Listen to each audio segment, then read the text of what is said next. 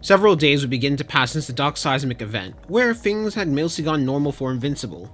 Between continuing his own training program, helping out with hero work, getting payments from the GDA, which was really going to help him and Adam Eve eventually move, and now he had a new task, training his little brother Oliver.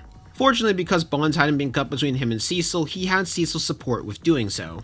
However, one day while Invincible was flying around and practicing his maneuvers, two people approached him, and Invincible immediately recognized who these two people were. These were the two people who had escaped of the Declaration of Independence. And Invincible then said, "What do you guys want?" Before Dropkick said, "Not much. We need your help with something and you're the strongest person we can find." It's a pretty long story, but if you help us, we'll give back the Declaration of Independence. It's just the future is in danger. Invincible raised a brow upon hearing that. He said, "What do you mean the future is— Wait, are you guys time travelers?" Both of them looked to each other as they nodded, realizing they already had given away too much. As Fightmaster then said, "Yes, our future is ruled by somebody who's been oppressing us for several centuries now, and no one here can stand up to him, so please help us."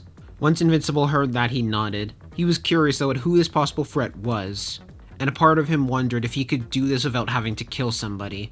And the three of them traveled to the future, and they started to explain who their threat was. A man who had dictated the entire planet, who had killed every single person who was rebelling. While they started out as a good ruler, they had went completely mad. And the only way to return power to the people was to defeat him. But judging by how they were being described, it sounded like someone who had no chance to turn good. If Doc Seismic couldn't turn good, then what about him? Invincible shook his head. There had to be a way. There had to be a way to fix whoever this was. Unknown to them, though, there was also something else that had followed them through the time stream. A small drone was monitoring them, keeping itself cloaked and hidden for now, attaching itself to the time traveler's bike. That was when they were approached by several drones. Mark was about to attack, but Dropkick told him to go with it, as the drones arrested the three of them. And to Mark's surprise and shock, he ended up seeing the Immortal. And the Immortal looked confused upon seeing Mark. He looked younger, he looked thinner. And that armor, that outfit wasn't one he wore anymore. As he said, "Mark, is that you? It's been so long since the last time I've seen you. Are you at least the Mark I know, or are you another one?" Mark tilted his head a little bit as he said, "The Mark you No, I'm not the Mark you know. I'm just younger. I do need to ask though, why are you doing all of this? Why are you hurting these people? What happened to you, Immortal?" The Immortal looked a little bit confused at the mention of time travel, but it was pretty clear he was a little bit crazy right now, so he didn't fully understand it. "After you left with your family and went to space, you left me in charge of the planet. Do you not remember? Millennia had passed since that day, so I guess I don't blame you for not remembering, but I can't do this anymore. I can't rule this planet. I've lost too many people. Everybody I used to know, everyone I used to love, I can no longer even remember who they are. So, I need you to end my life. Please, Mark, please kill me. That is the only way the power can ever be returned to the people." And that made Mark's eyes widen upon hearing that. The fact he wanted to die. The fact he wanted Mark to kill him. What had happened in this timeline to make it go this way? No, he knew exactly what happened. He was left alone to be the ruler. Still, though, he couldn't kill him. As he said, "I don't kill people. Killing is not the solution."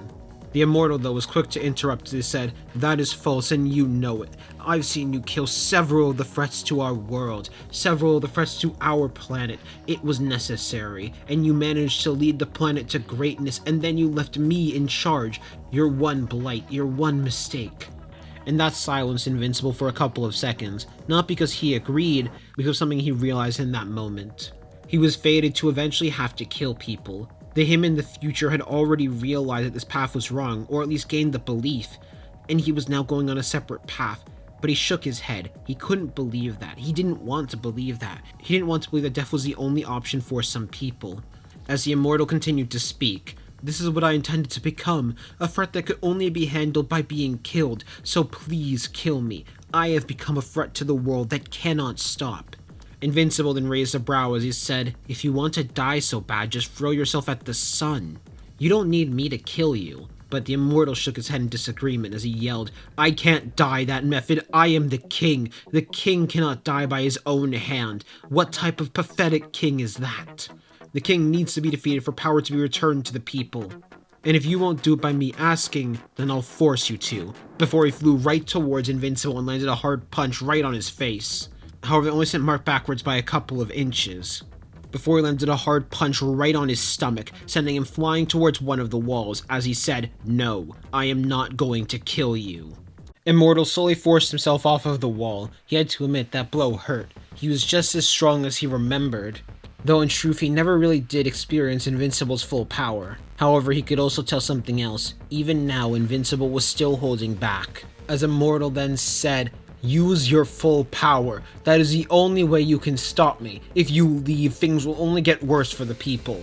Before he rushed towards Invincible, attempting to close the distance again and land another punch on his face, but this time Invincible was casually able to deflect it out of the way before punching him in the neck. As Invincible floated backwards and said, "Please just let me help you." But before he could continue, Immortal rushed right towards him again. He already had recovered.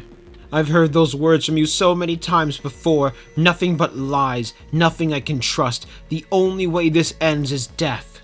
As the Immortal began to release a rapid barrage of punches right onto Mark.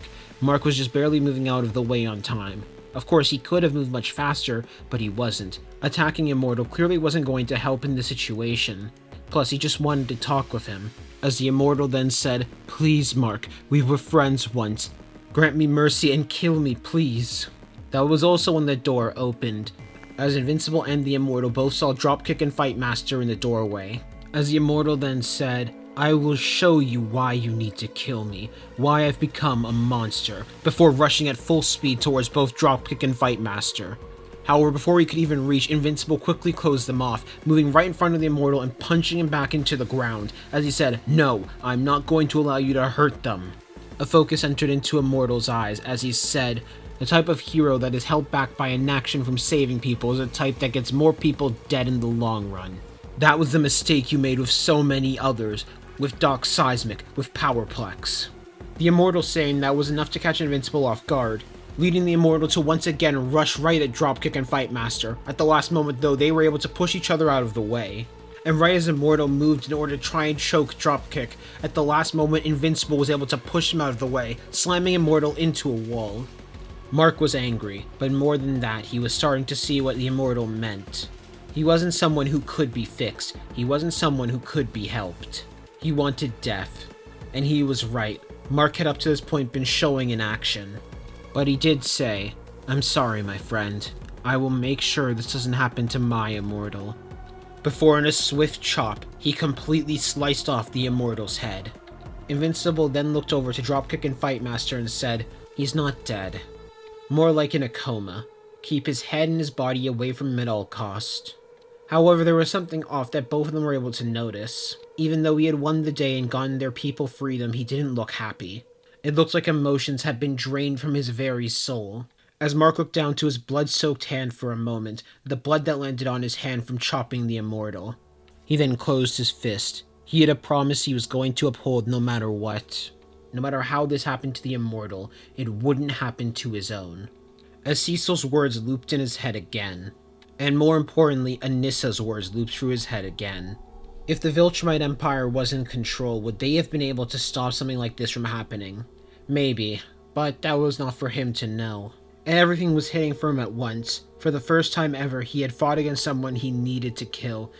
He fought against someone that he knew killing was the only way they'd be able to be stopped. And from what he could tell, he would likely have to fight against others where that solution was the only way as well. And he didn't like it. This didn't feel satisfying whatsoever, especially because the Immortal was a friend. Life was still something to be valued. That was something he was certain about, but he had to force himself to accept that fact that some people were going to need to die. That some people were going to be threats to humanity. And some of those people weren't worth talking to. Some of those people were never going to change. But figuring out who those people that would change was going to be hard. He was starting to understand now that life wasn't some simple, easy game. You couldn't just kill your opponents, but you couldn't just save all of them as well. There was nothing that was simple about life. And with that, Dropkick and Fight Master brought Invincible back to his timeline like they promised. Both of them let him know they were going to make sure the future was going to be better and they'd never have to come back here again. And with that, both Dropkick and Fight Master left, returning back to the future for now. However, this also left Invincible with a lot to think about. Not just about how he was going to redefine his morals, but also about the person that the Immortal mentioned, somebody named Powerplex. before he flew off, flying to the Pentagon for now and calling Cecil. He had a feeling Cecil might be the best person to call about this, though he wasn't too sure how he was even going to bring this up. Especially because of the fact that it just had been confirmed to him that time travel is an actual thing, and Invincible, for all he knew, just massively changed the future. That wasn't even something he was thinking about, the fact that he was now a new person in comparison to who he was intended to be. That was in the back of his mind right now as he began to fly over to the direction of the Pentagon.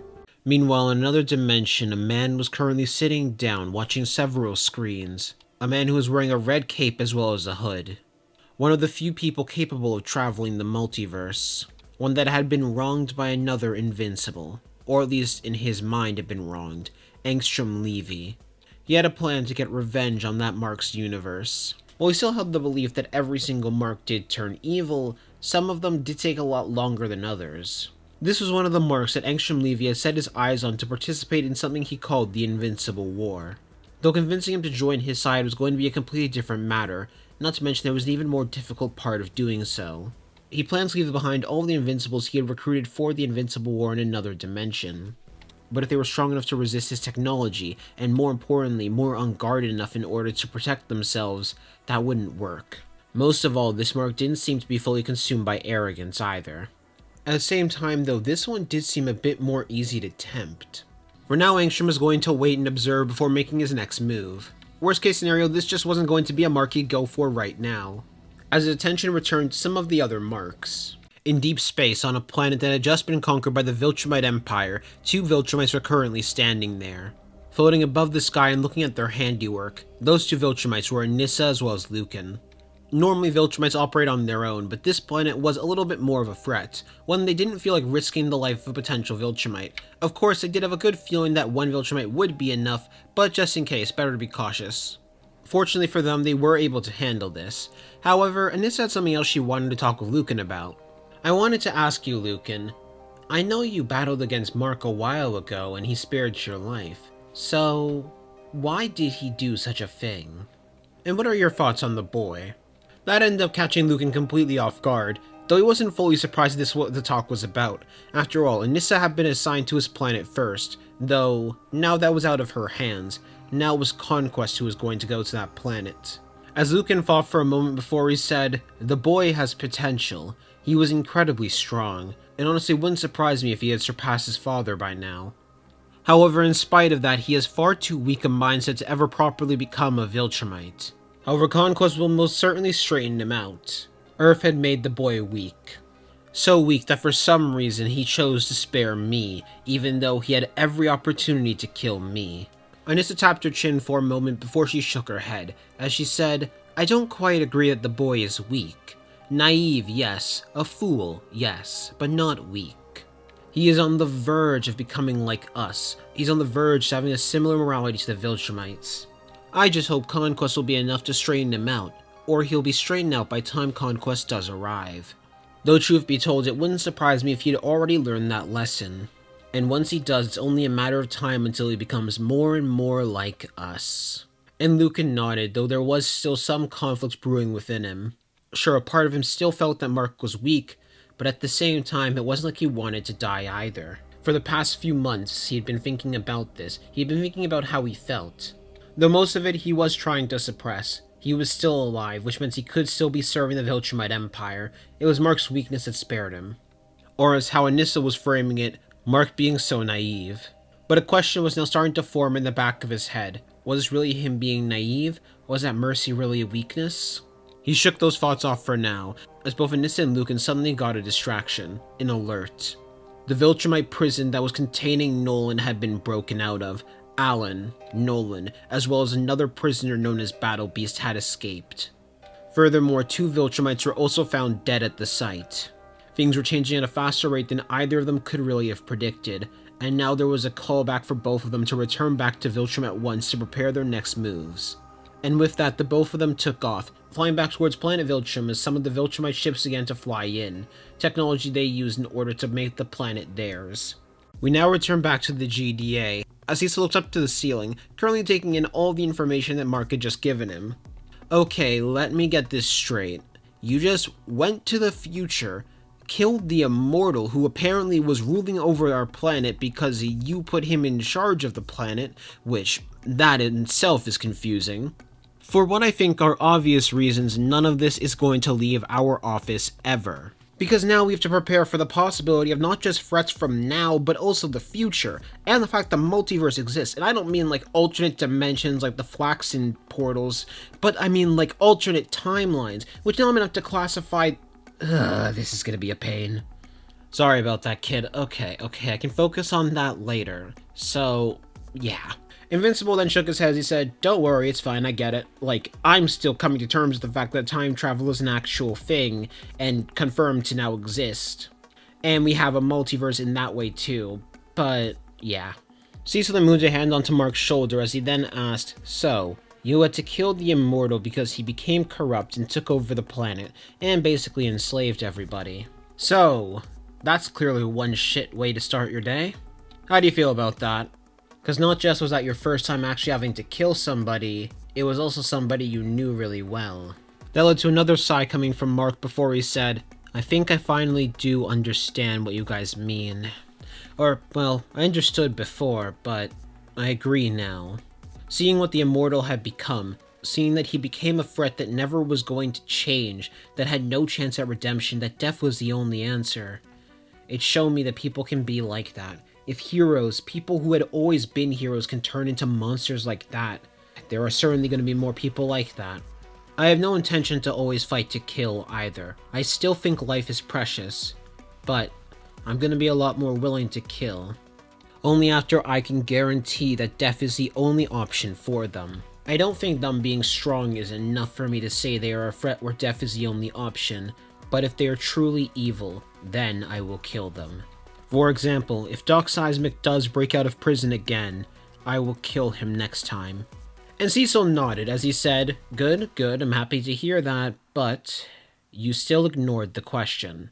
I didn't ask you what you learned, I asked how you felt.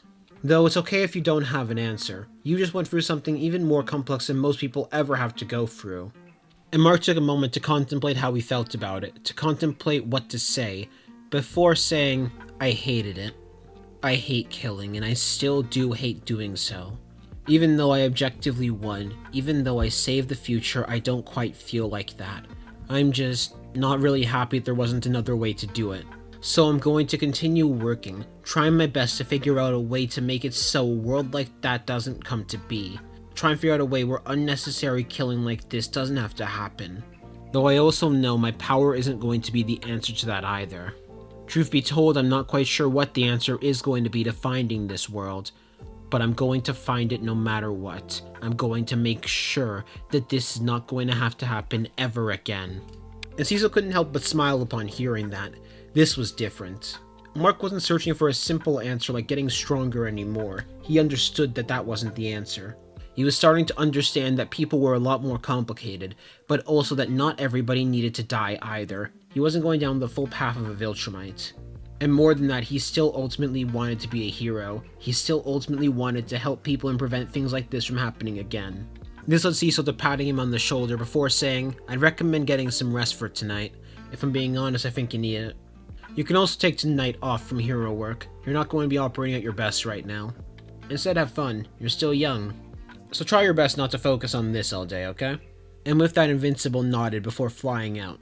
He felt much better after this conversation. He felt he had realized things about himself that he couldn't realize before. And he felt he was doing the right thing. Or at least he was going down the right path. Only time and results would be able to tell. After Mark left, Cecil began to head towards the White Room. Right now, he was feeling conflicted. He did have a lot more trust in Mark now because of his new ideology, but at the same time, he wasn't fully sure he could trust him yet. Truth be told, he wasn't sure he could ever trust him. However, there's something else Cecil was more concerned about. As Cecil looked over to Donald and said, "The headpiece was still recording everything that was going on in that conversation, even in the future, right?"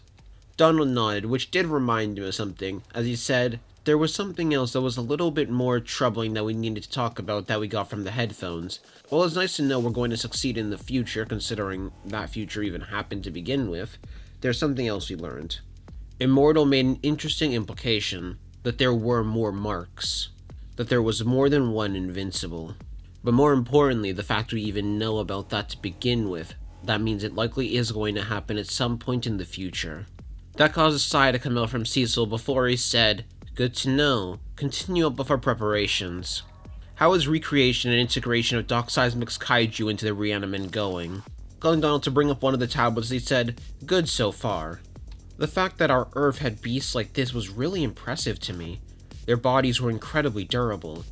Not to mention, we're figuring out ways to introduce more lethal injections of the poison, in order to make it more immediate. Finally, we're also working on ways to use the webs that we had gained from Doc Seismic's spiders in order to use as containment methods. If those webs are strong enough to contain every single hero on the planet, well, that'll definitely be strong enough for us and our purposes. Cecil nodded as he said, "Good. We'll make sure even more successful future comes. That is something I'm certain about."